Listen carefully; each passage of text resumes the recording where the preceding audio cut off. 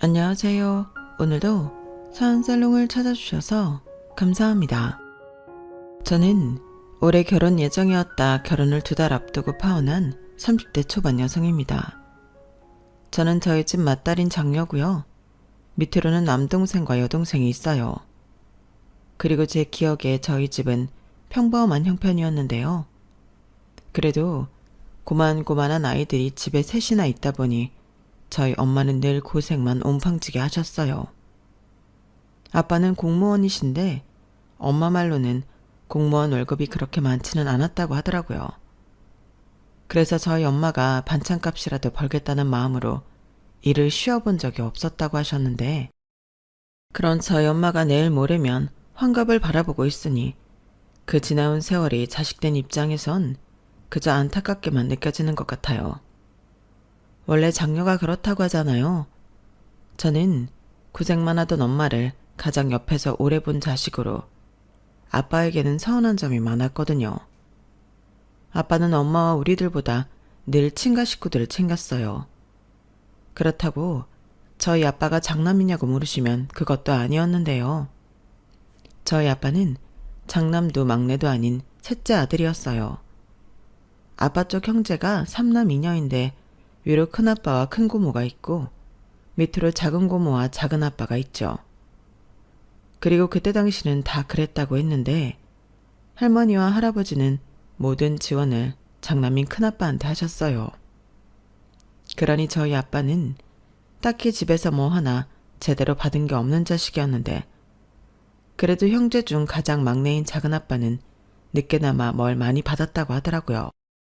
그러니까 가운데 끼인 저희 아빠만 낙동강 오리알 신세로 아들임에도 아무것도 못 받았는데 그럼 사랑이라도 듬뿍 받았을까요? 형제 중 가장 효자가 저희 아빠였어요. 아니, 말은 바로 해야 하니까 가장 효자는 저희 엄마였죠. 그리고 고모들은 원래 딸이라고 차별받고 컸기에 친정이라고 챙기거나 오는 일도 없었다고 했는데 어쩌다 자식 농사를 그렇게 편파적으로 지으신 건지 저는 어릴 때부터 할머니 할아버지를 별로 좋아하지 않았어요. 저희 엄마가 착해서 그렇지 저는 그런 면에서는 아빠에게도 불만이 많았죠. 왜 결혼한 남자들이 자기 부인한테 대리 효도시킨다고 하잖아요. 저희 아빠도 그랬거든요. 게다가 저희 아빠는 자기가 퇴근 시간이 더 빠른데도 집안일은 늘 엄마 몫이라 생각하는 전형적인 가부장 스타일이었는데 집안일과 집안에서 벌어지는 대소사는 항상 저희 엄마 몫이었어요. 저희 엄마가 퇴근하면 하루 종일 일을 해서 피곤할 텐데 엉덩이 붙일 시간도 없이 바로 준비를 하고 낮에 못한 집안일을 하기 바쁘셨거든요. 그러면 저희 아빠는 엄마가 바삐 움직이는 걸 그저 보고만 있을 뿐 늘 손에는 TV 리모컨을 들고 재미도 없는 야구와 축구를 보곤 했는데 그 모습이 어찌나 얄미워 보이던지 저는 커서 아빠 같은 사람이랑은 절대 결혼하지 않을 거라고 생각했어요. 오죽하면 저희 엄마도 그래, 너는 네 아빠 같은 사람 말고 최수종 같은 남자랑 결혼해 라고 하실 정도였는데요. 좀 웃긴 얘기지만 저희 엄마는 세상에서 제일 부러운 여자가 최수종 씨 아내인 하이라 씨였어요. 하지만 정작 저희 엄마랑 한 입을 덮고 하는 남자는 최수종 씨와는 거리가 상당히 먼 고리타분한 남자였는데 저희 엄마는 그런 아빠도 이해는 간다며 저에게도 늘 이렇게 말씀하셨어요. 할아버지를 봐라. 아빠가 뭐 보고 배운 게 있었겠어? 사랑도 받아본 사람이 줄 수도 있는 거야. 아빠는 아빠 나름대로 그만하면 잘 크고 잘 살았지. 할머니 할아버지가 대학도 안 보내준다고 해서 대학도 못 나왔는데 악착같이 공부해서 공무원 시험 붙었잖아. 엄마는 그것만 봐도 아빠는 난 사람이라고 생각했어. 이렇듯 엄마는 미우나 고우나 아빠를 대단한 사람이라고 했는데 저는 아니었죠. 그렇게 따지면 할머니 할아버지 효도는 일절 지원 못 받은 우리 아빠가 아닌 큰아빠와 작은아빠가 하는 게 맞는 거잖아요. 하지만 늘 큰아빠와 작은아빠는 사고만 치고 걸핏하면 도와달라고 친가 기둥뿌리를 누가 더 많이 가져가나 경쟁이나 하듯 뽑아갔는데 그래도 언제나 할머니 할아버지한테는 우리 장남 우리 막내가 사이좋게 1순위 2순위였어요. 그런데 참 이상하죠? 당신 아파 병원 가야 하고 집안에 무슨 일이 있어 도와달라고 하는 자식은 우리 장남도 아니고 우리 막내도 아닌 저희 아빠와 저희 엄마였는데요. 그걸 좋게 볼 딸 자식은 세상 천지 없죠. 그러다 할아버지가 지병으로 돌아가셨어요. 그게 제가 고등학교 2학년이었을 때였는데 그 후에는 할머니 혼자만 남게 되었죠. 당시 할머니는 큰아빠네 집에 가고 싶어 하셨지만 큰엄마의 반대에 그러질 못했어요. 그리고 작은아빠네도 며칠 가 계시긴 했는데 일주일을 못 지내시고 다시 댁으로 돌아왔고 저희 집에는 말은 하지 않으셨는데 자식들 중 가장 좁은 집에 살기도 했고 애들도 셋이나 있으니 갈 곳이 아니라고 생각한 눈치였죠. 그리하여 울며 겨자 먹기로 할머니는 혼자 지내게 되셨는데요. 또 둘째가라면 서러운 효자인 저희 아빠는 그게 내심 마음이 아프셨나 봐요. 그럼 시간도 많은 아빠가 직접 할머니를 챙기면 될 텐데 아빠는 자네가 우리 엄마 신경 좀 써. 반찬도 골고루 만들어서 수시로 갖다 드리고 그리고 가서 금방 오지 말고 청소도 좀 해주고 말동무도 좀 해드리고 와. 라며 엄마를 시켰는데요. 그땐 저도 덩달아 폭발하고 말았어요. 아빠는 왜 할머니한테 그렇게 하지도 않으면서 왜 자식도 아닌데 엄마한테 그걸 다 시켜? 하고 싶으면 아빠가 해. 엄마가 뭐 우리 집 하녀야? 이렇게 아빠에게 대들었는데 아빠는 어디서 싸가지 없게 아빠한테 함부로 말을 하냐며 저를 크게 혼내셨죠. 그리고 자식 교육을 어떻게 시킨 거냐며 또 엄마에게 그 화살을 돌렸는데 아무튼 그런 식으로 저희 아빠는 답이 없는 사람이었어요.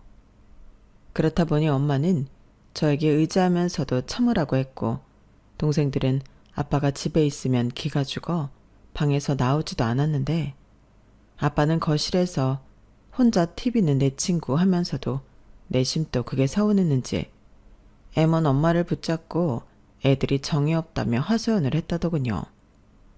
아니, 자기가 애들한테 어떤 아빠인지 몰라서 그러냐고요. 애들이 셋이나 있는데 그중에 자기를 따르는 자식이 하나도 없으면 자기 반성을 해야지. 저희 아빠는 이 모든 걸 엄마 탓, 저희 탓을 하며 상황 파악을 못하셨어요. 그리고 저는 어차피 안 될 거 희망을 품지도 않았는데요. 그렇게 저와 동생들이 성인이 되었고 엄마 아빠도 나이가 들었어요. 제일 속상한 게 저희 엄마가 고생을 너무 많이 해서 또래 엄마들보다 훨씬 나이 들어 보이더라고요. 그래서 직장 생활을 하면서는 좋은 화장품 있으면 엄마 사다 주고 예쁜 옷이나 가방 있으면 그것도 엄마에게 선물하곤 했는데 아빠는 자기 건 왜 없냐고 그때도 저한테 서운한 티를 팍팍 내셨어요. 솔직히 저는 아빠 몫까지 챙기고 싶지 않았거든요. 어차피 엄마가 자기는 안 챙겨도 아빠 옷이며 먹는 거, 보약까지 다 챙기는 걸 아는데 굳이 저까지 챙기지 않아도 된다고 생각했는데요. 이게 또 자식한테 받는 건 다른 건지 그렇게 샘을 내시는 거 있죠. 하지만 저는 이제서 자기가 잘못한 걸 생각해보라고 더 대놓고 엄마만 챙겼는데요. 그러니 아빠는 가재는 개편이라며 남동생에게 너는 엄마 말고 아빠를 좀 챙겨보라고 했나 보더군요. 하지만 제 동생도 그런 주변머리는 또 없었는데 지 여자친구 퍼주기 바빴지 지 엄마 아빠 챙길 그릇은 못 됐죠. 그리고 당시 저는 연애를 하고 있었는데요. 남자친구로 말할 것 같으면 저희 엄마가 바라는 대로 딱 저만 보는 남자였어요. 자상하고 배려심 깊고 같이 있으면 저를 항상 먼저 챙겼는데 처음 만났을 때부터 저희 아빠랑 결이 다른 남자라서 제가 먼저 한눈에 반했어요. 그래서 호감 표시도 제가 먼저 했고 저희는 친한 사이에서 연인으로 발전했는데요. 제 20대 중 후반을 함께한 남자친구와 드디어 결혼 약속을 하게 되었어요. 사실 제가 맞이었는데 상황이 어쩌다 보니 동생들이 먼저 출가를 했거든요. 남동생은 지방에 있는 공공기업에 취업을 해서 일찍이 집을 나가 그 지역에서 자리를 잡았고, 막내 여동생은 어릴 때부터 워낙 발랑 까져서 걱정을 시키더니 20대 초 혼전 임신으로 결혼을 했는데, 이런저런 이유로 부모님과 함께 사는 자식은 저 하나였어요. 솔직히 직업이 없는 것도 아니고 나가 살려고 마음만 먹으면 못 나갈 것도 아니었는데, 그 나이 먹도록 아빠 앞에서 기도 못 펴고 사는 엄마를 보니 차마 저 혼자 조차고 독립을 할 수가 없겠더라고요. 그래서 연애 기간이 길었음에도 결혼을 섣불리 결정하지 못했는데, 평생 엄마 아빠랑 살 것도 아니면서 계속 결혼을 미루면 이대로 결혼을 못할 것 같아 저는 결혼하자고 조르던 남자친구의 프로포즈를 승낙하게 되었어요. 그러자 엄마는 잘했다며 이제 자식 셋 다 내보내고 편히 살 수 있겠다며 좋아했는데, 그건 어디까지나 저 마음 편하라고 하는 것일 뿐 진짜 마음은 아닌 것 같았죠. 혼자 주방에 있을 때면 엄마가 허공을 보고 한숨을 쉬셨는데 저는 벌써부터 걱정이었어요.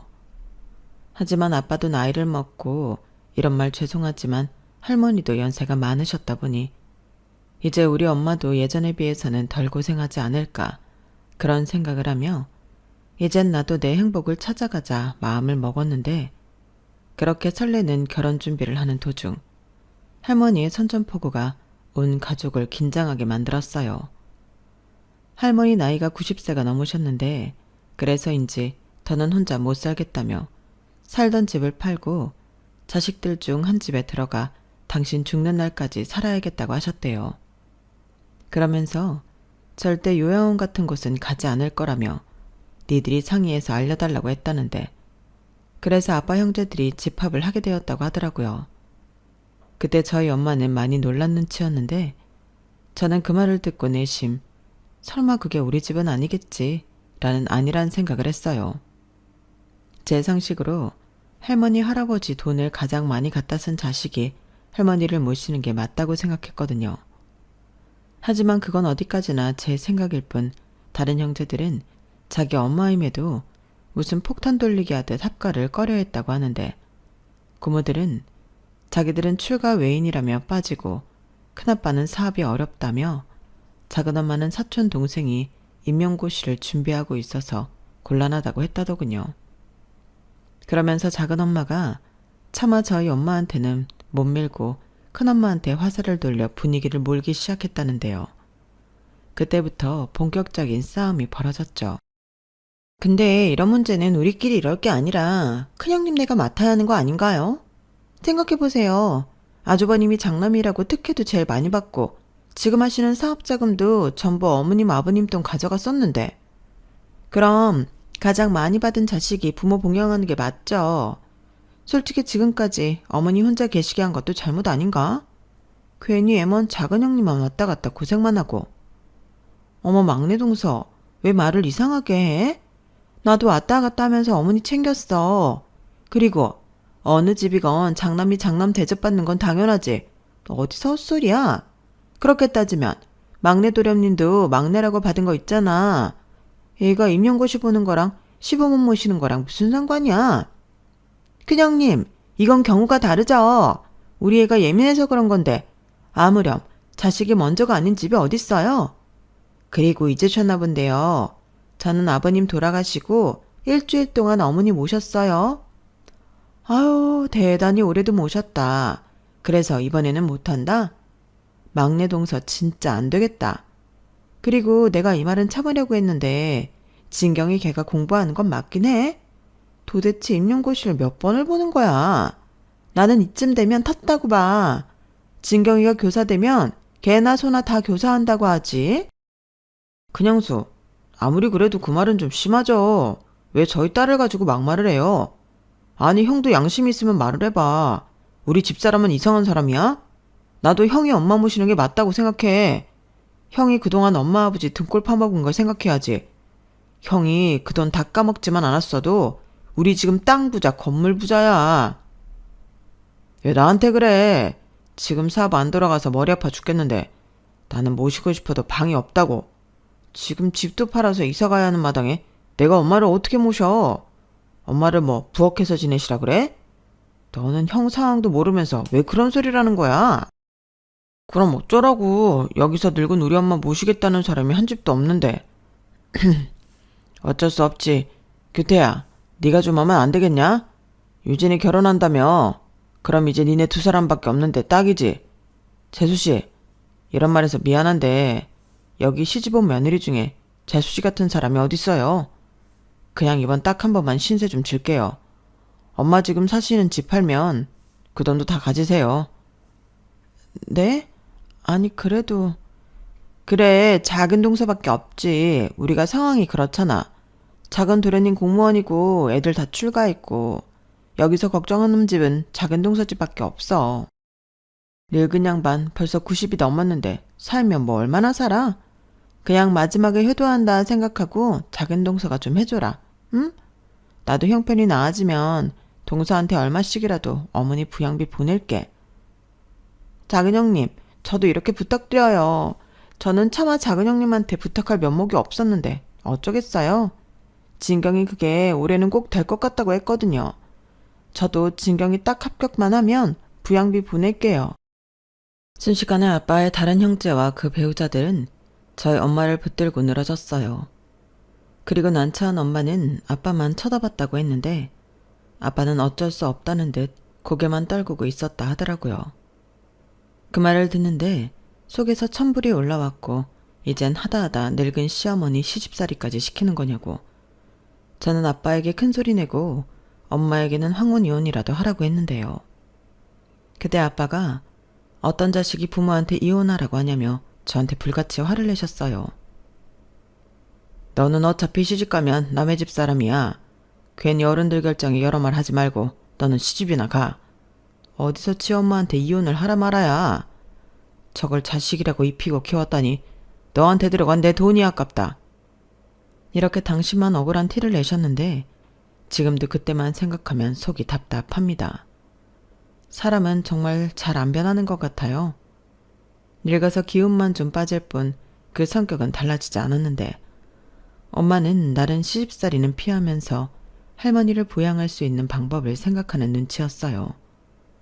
그리하여 할머니를 집 근처에 방 하나를 얻어 지내게 하고 그 집 월세를 큰아빠네와 고모들 그리고 작은아빠네한테 n분의 1 하라고 엄마가 매일 들여다보면 안 되겠냐 했는데 아빠는 그게 뭐 하는 짓이냐고 모실 거면 모시고 못 모실 것 같으면 못 모신다고 말하라고 엄마를 다그쳤어요.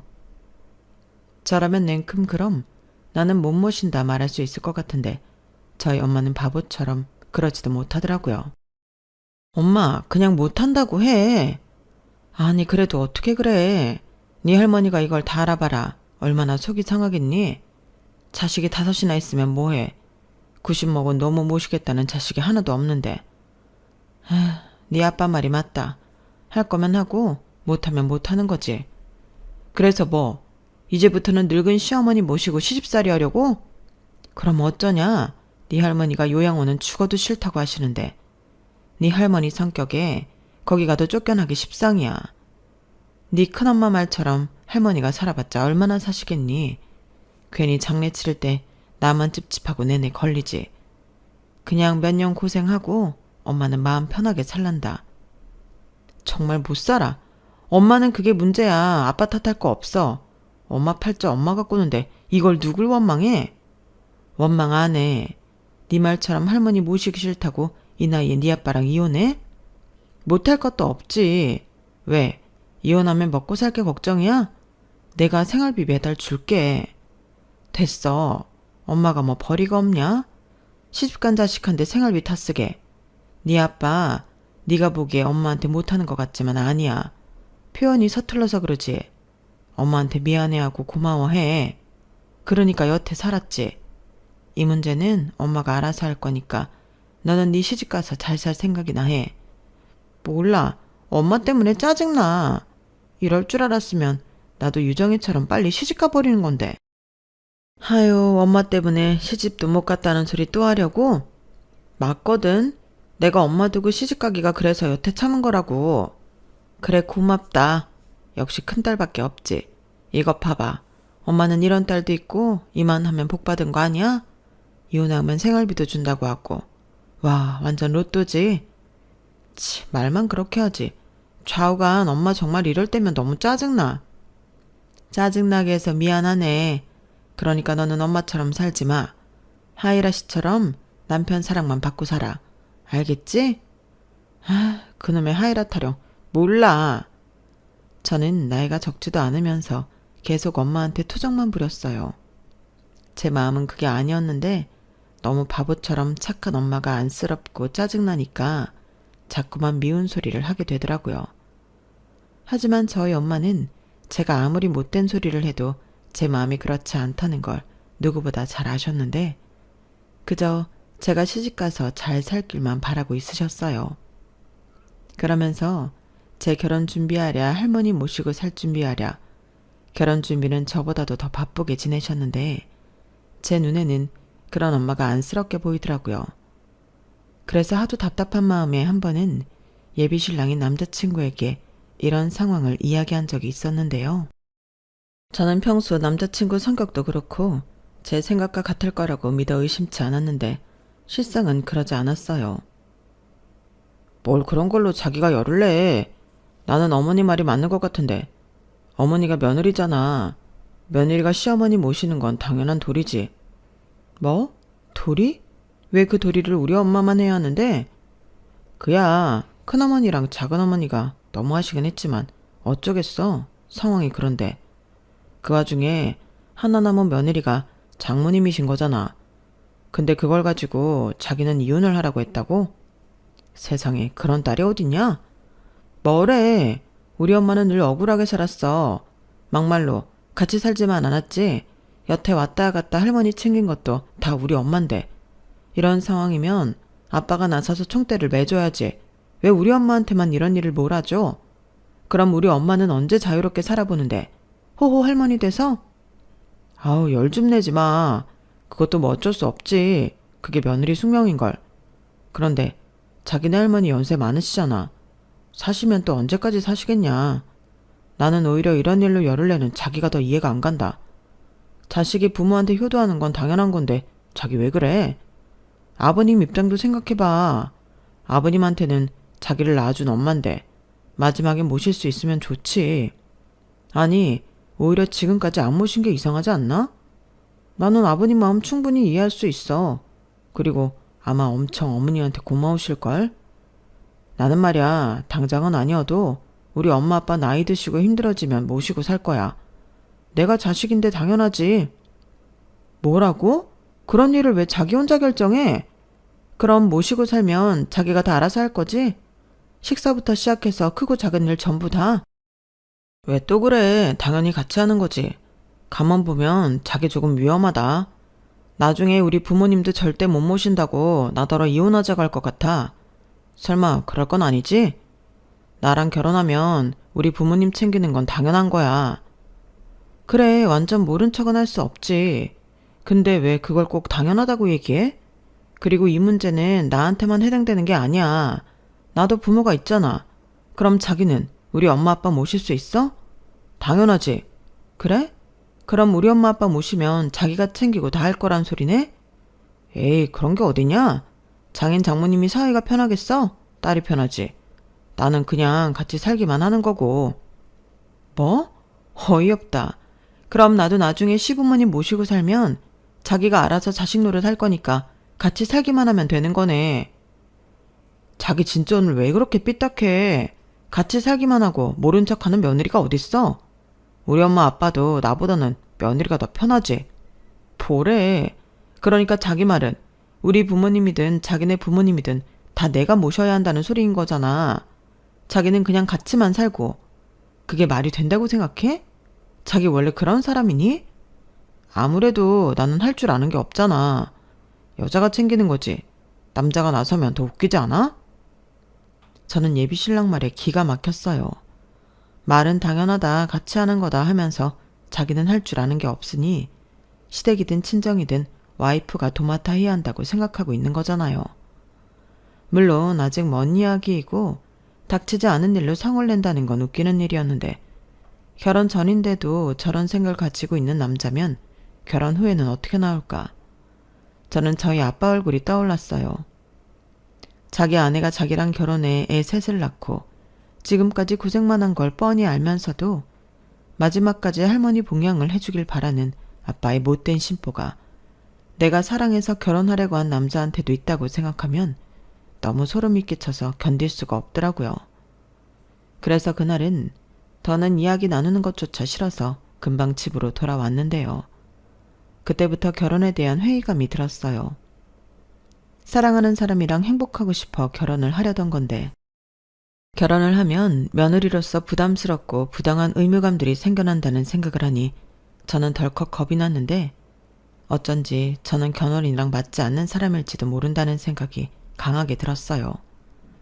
무엇보다 이런 말, 저희 엄마한테 미안한데 저는 엄마처럼은 살고 싶지 않았거든요. 그러면서 적어도 내가 고른 남자는 최수종 씨까지 아니더라도 싫어 죽겠는 아빠랑은 다른 사람이라고 자부했는데 그런 것도 아닌 것 같아 실망감을 감출 수 없었는데요. 그날 저녁 예비 신랑에게 연락이 왔어요. 아무리 생각해도 저의 반응이 깨림직해서 연락했다고 하는데 뒤에 덧붙여 이런 소리를 하더라고요. 내가 아까는 너무 경황이 없었는데 자기가 오해하는 것 같아서 나는 꼭 우리가 부모님을 모셔야 한다고 생각하는 건 아니야. 상황이 그러면 어쩔 수 없다는 거지. 그리고 우리 결혼하면 어차피 매달 생활비 보조할 거니까 꼭 모시지는 않아도 될 거야. 설마 그것도 싫다는 건 아니지? 그야 당연히 아니지. 그리고 생활비 얘기가 나와서 하는 말인데 나는 뭐든 시댁이든 친정이든 똑같이 하는 게 맞다고 생각해. 그러니까 양가의 생활비를 드릴 거면 액수를 부담스럽지 않은 선에서 조정해야 하지 않을까? 자기는 얼마 생각해? 주변에서 이런 얘기는 결혼 전에 미리 하는 게 좋다고 하더라고. 뭐? 자기 집에도 생활비 보조를 하겠다고? 왜? 이건 아니지. 자기 집은 아버님 공무원 연금 있고 노후 준비 다 되어 계시잖아. 거기에 할머니 모시면 할머니 사는 집도 팔아서 그 돈도 생기는 거고.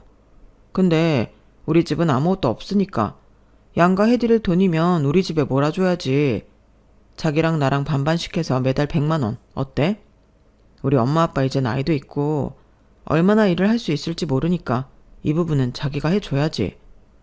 모시지도 않을 거면 돈이라도 넉넉히 해야 하지 않겠어?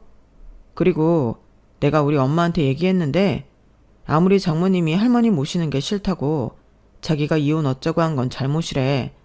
만약에 장모님이 자기 말 듣고 이혼하면 그건 그 집 며느리 얻는 건 좀 그렇다며. 우리 엄마도 난색을 하더라. 그런 며느리 무서워서 어떻게 아들 장가 보내냐고. 저는 예비신랑의 전화에 기함을 했어요. 저런 생각을 가진 남자인 것도 모르고 결혼 준비를 하고 있었다는 게 소름이 끼쳤는데 제가 제 무덤을 파고 있었더라고요. 다른 건 몰라도 우리 집은 노후 준비가 되어 있으니 됐고 제가 번 돈까지 자기 부모 생활비로 줘야 한다고 제 동의도 없이 생각했다는 게 너무 놀라웠는데요. 쪼르르 자기 엄마한테 제 얘기를 나쁘게 한 것도 기분이 나빴고 제 말을 듣고 저희 엄마가 이혼하면 그건 제가 무서워서 아들 장가 어떻게 보내냐고 하시다니 저런 집 아들 뺏어오는 건 아니다 싶더군요. 그래서 결혼은 이쯤에서 접는 게 낫겠다는 판단을 하게 됐어요. 나중에 결혼 전에 이런 사실들을 알 수 있어서 다행이고 고맙게 느껴졌는데요. 만약 모르고 결혼했다면 당장 시댁 생활비부터 예비 신랑이랑 싸웠을 거잖아요. 그리하여 저는 며칠 후 생각을 정리하고 마음을 가다듬어 예비 신랑에게 헤어지자고 했어요. 그러자 예비 신랑은 어떻게 이제 와서 그럴 수 있냐고 노발대발했는데 제가 자기 부모 모시는 것도 싫고 생활비도 주기 싫어 결혼을 없는 거냐고 저를 비하하기 시작하더군요. 그래서 저는 솔직하게 말했어요. 상의된 것도 없이 혼자 그런 생각을 하고 있었다는 게 충격이었고 아직 결혼 전이지만 이런 일들로 부딪힐 것이 뻔해 보여 하고 싶지 않아졌다고 얘기했는데 그러자 이 남자는 저더러 이기적이고 못됐다며 거품을 물기 시작하더군요. 너는 그런 생각이면 어떤 남자랑도 결혼 못해. 며느리가 시댁 챙기는 건 당연하지. 뭐가 당연해. 고마운 거지. 그리고 왜 시댁만 챙겨야 하는 건데? 우리 집은 노후 준비 되어 있으니까 챙길 필요가 없다며. 그래놓고 나는 시댁만 챙기라고? 내가 왜? 그야 여유가 있는데 똑같이 챙기는 게 더 이상하지 않아? 그럴 돈 있으면 시댁을 먼저 챙기는 게 당연한 거지. 나는 자기가 이렇게 말이 안 통하는 여자인 줄 처음 알았어. 나도 마찬가지야. 그래서 헤어지자고. 오히려 잘 됐지. 결혼 전에 서로 의견이 안 맞는다는 걸 알았잖아. 그럼 좋게 헤어지면 되는데 왜 막말이야? 어떤 남자랑도 결혼 못해? 왜? 내가 뭐 틀린 말 했어? 그렇게 시댁 챙길 마음이 없는데 왜 결혼을 하는데? 너랑 결혼하는 남자는 무슨 죄냐? 왜 결혼 잘못해서 불효를 하냐고. 말 가려서 해. 그렇게 따지면 자기는 결혼해서 처가에 어떤 도리를 하는 사위가 될 생각이었는데 사위가 무슨 도리를 해? 도리는 며느리만 하는 거지. 아, 됐다. 우리가 이래서 헤어지는 거야. 도리는 며느리만 해? 어떤 여자가 될지 모르겠지만 너랑 결혼하는 여자 불쌍하다. 아무튼 지금까지 준비하던 거 다 캔슬하고 위약금은 반반씩 해. 웃기고 있네. 결혼 파토 낸 건 내가 아닌데 왜 위약금을 내? 위약금은 네가 내야지. 그리고 네가 결혼 못하겠다고 한 거니까 나한테 위자료도 줘야 해. 뭐라는 거야? 내가 왜 위자료를 줘? 그럼 법으로 해. 법원에서 내가 주는 게 맞다고 하면 그땐 줄게. 아니, 결혼하면 마누라 돌이 어쩌면서 등골 파먹을 생각밖에 안 하는 남자랑 누가 결혼을 하냐? 나도 한번 공론화해서 물어보고 싶다. 저는 강대강으로 세게 나오는 그놈에게 세게 나갔어요. 그리고 저희 부모님에게도 이 사실을 모두 이야기했는데요. 그러자 저희 아빠는 말 많은 처녀가 결혼까지 엎어지면 동네 창피해서 어떻게 얼굴을 들고 다니냐고 큰 소리를 내더군요. 저는 그런 아빠의 모습에 천륜이고 뭐고 심한 배신감을 느꼈어요. 그리고 그때 저희 엄마가 앞에 있던 상을 엎어버렸는데요. 그딴 놈이랑은 헤어지는 게 100번 1000번 잘한 거라고 처음으로 목소리를 높이다 못해 고함을 질렀어요. 그때 아빠가 많이 놀란 얼굴이었는데 저도 많이 놀랐죠. 그리고 저희 엄마는 그 기세를 몰아 이렇게 말했죠. 당신이 그러고도 우리 유진이 아빠야? 동네 창피해서 얼굴을 못 들고 다녀? 어디 정말 창피한 게 뭔 줄 한번 제대로 보여줄까? 아니, 이놈의 옆에 내가 뭘 잘못 먹었나? 왜 이래 갑자기? 왜 이러긴? 몰라서 물어? 자기야말로 얘한테 해준 게 뭐가 있다고 큰 소리를 쳐? 그딴 놈이란 걸 알면서도 시집을 가는 게 맞다는 거야? 정말 그렇게 생각해? 아니, 나는 애당초 그런 놈을 고르지 말았어야지. 그리고 골랐으면 어쩌겠어? 감내하고 사는 거지. 그래서 나처럼 똥인 줄 알면서도 살아라? 뭐? 똥? 지금 하늘 같은 서방님한테 똥이라고 했어? 그래, 네가 똥이지 뭐 된장이냐? 된장은 쓸모라도 있지. 나는 너 불쌍해서 살아줬어. 그래도 내 애들 아빠니까. 정말 이혼이라도 당해봐야 정신 차릴래? 내가 뭐가 무서워서 이혼을 안 한다고 생각해? 나도 돈 벌어. 이혼 안 할 이유 없다고. 그러셔. 결국엔 딸년이 휘둘려서 헛바람이 들어갔네. 그래서 왜 이혼 안 했는데? 너 불쌍해서.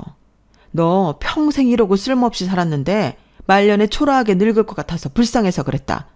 근데 이제는 괘씸해서 못하겠다. 니네 엄마 네가 모시고 살아봐.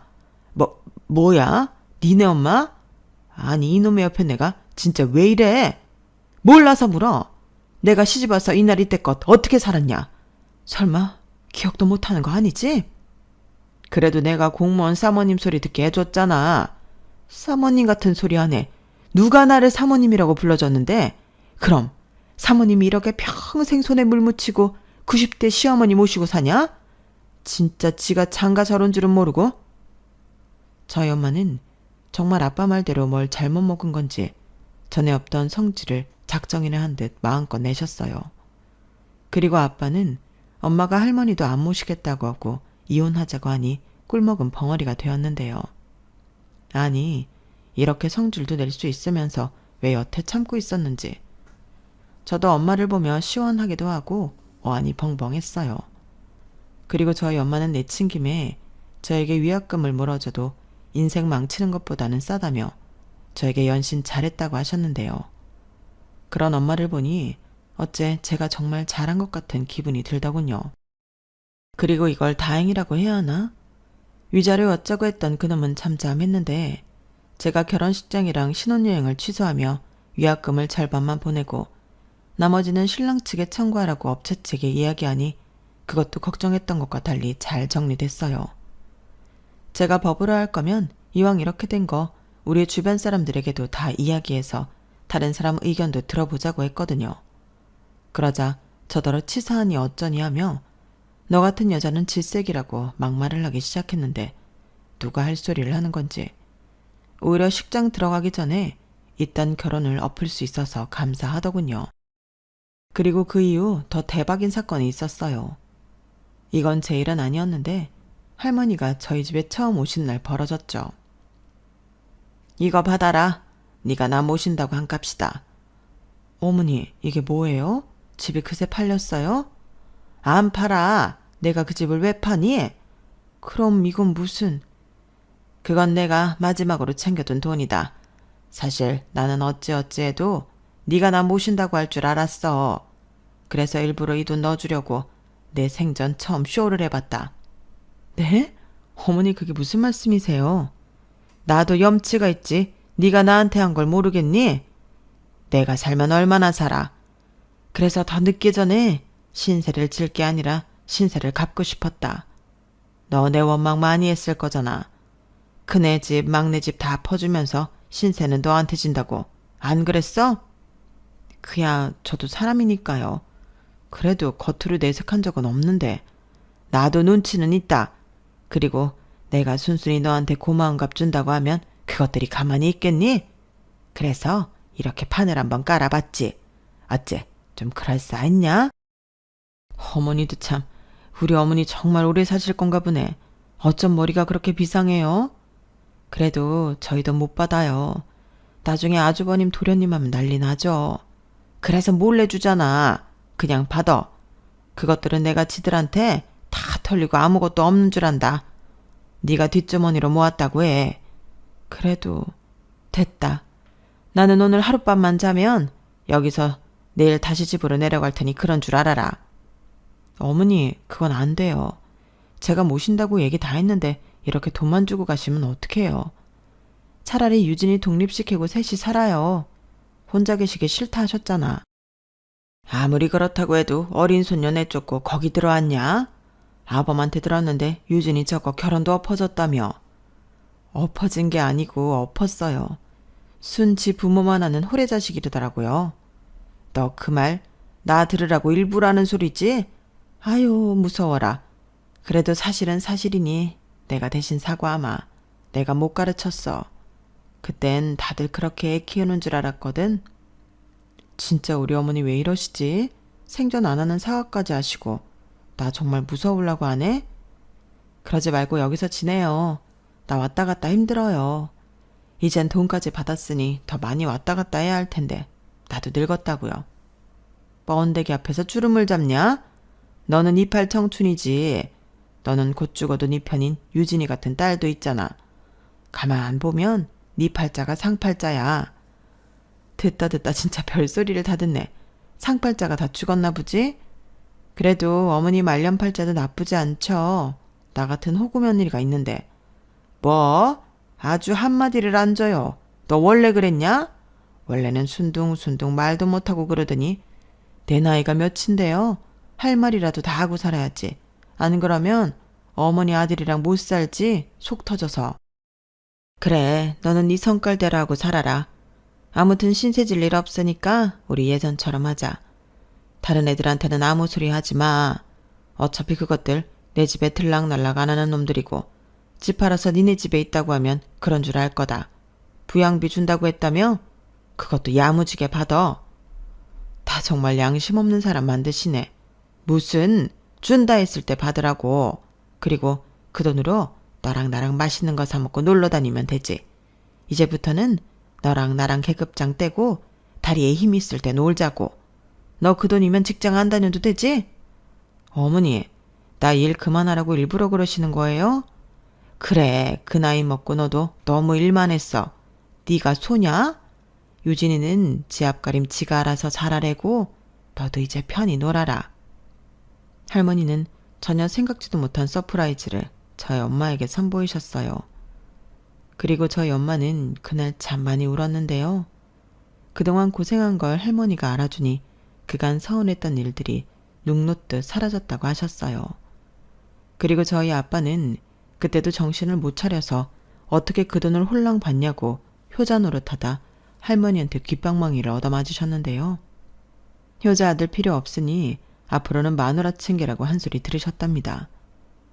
저도 그 소식에 맺혔던 할머니에 대한 서운한 마음이 다 사라졌어요. 그리고 그 나이에 그런 용기를 내신 할머니가 대단하다는 생각이 들었는데 저 역시 할머니 덕을 봤잖아요. 할머니 합가선언이 아니었다면 저는 파혼하지도 못했을 텐데 할머니는 저에게도 잘했다고 하셨죠. 그리고 파혼한 만큼 더 괜찮은 놈으로 신랑감을 골라보라며 어차피 홍기도 놓쳤지 않냐고 늦은 김에 더 천천히 가라고 하셨는데 이게 칭찬인 건지 욕인지 알 수 없었지만 이제부터는 할머니와 잘 지낼 수 있을 것 같은 예감이 들더라고요. 그리고 현재 저는 독립을 해서 나와 살고 있는데요. 가끔 엄마를 만나 데이트도 하고 할머니 보러 함께 가기도 하며 그럭저럭 잘 지내고 있어요. 물론 할머니는 말은 천천히 가라고 하면서도 볼 때마다 누구 없냐고 하긴 하는데 이젠 그런 잔소리도 싫지가 않은 거 있죠. 게다가 그 사건 이후 아빠가 엄마 눈치를 보며 지내고 있는데 안 하던 짓 하려니 고생이 이만저만이 아닌 것 같더라고요. 그래도 늙어서 황혼이혼 안 당하고 따신밥 얻어먹으려면 지금이라도 노력해야 하지 않겠냐며 집안일도 하고 나름의 노력을 하고 계신 듯합니다. 그래서인지 저희 엄마 얼굴이 날이 갈수록 활짝 피는 것 같은데 저는 어쩔 수 없는 K 장녀라 그런지 저희 엄마가 오래오래 행복했으면 좋겠네요. 그런 엄마의 모습을 보면 저도 행복하거든요. 그리고 끝으로 바람이 있다면 저희 할머니 정정하실 때 제대로 된 놈을 만나 소개할 수 있었으면 하는데요. 그게 가능할지는 모르겠지만 이제 조금씩 좋아지고 있는 할머니에게 예쁜 손주 사이를 보여줄 수 있었으면 좋겠습니다. 이상 제 사연은 여기까지예요. 파혼이 자랑은 아니지만 저는 할머니 덕에 걸을 수 있는 놈을 걸러낼 수 있었고 지금은 나름의 솔로 생활을 즐기고 있는데 앞으로 더 좋은 인연이 저에게 다가오길 기대하며 사연을 이만 줄이도록 하겠습니다. 끝까지 들어주셔서 감사해요. 늘 건강하시고 행복하시길 바라겠습니다. 안녕히 계세요. 여러분, 사연 댓글에 응원과 현명한 조언 부탁드려요. 좋아요와 구독은 저에게 큰 힘이 됩니다. 오늘도 좋은 일 가득하세요.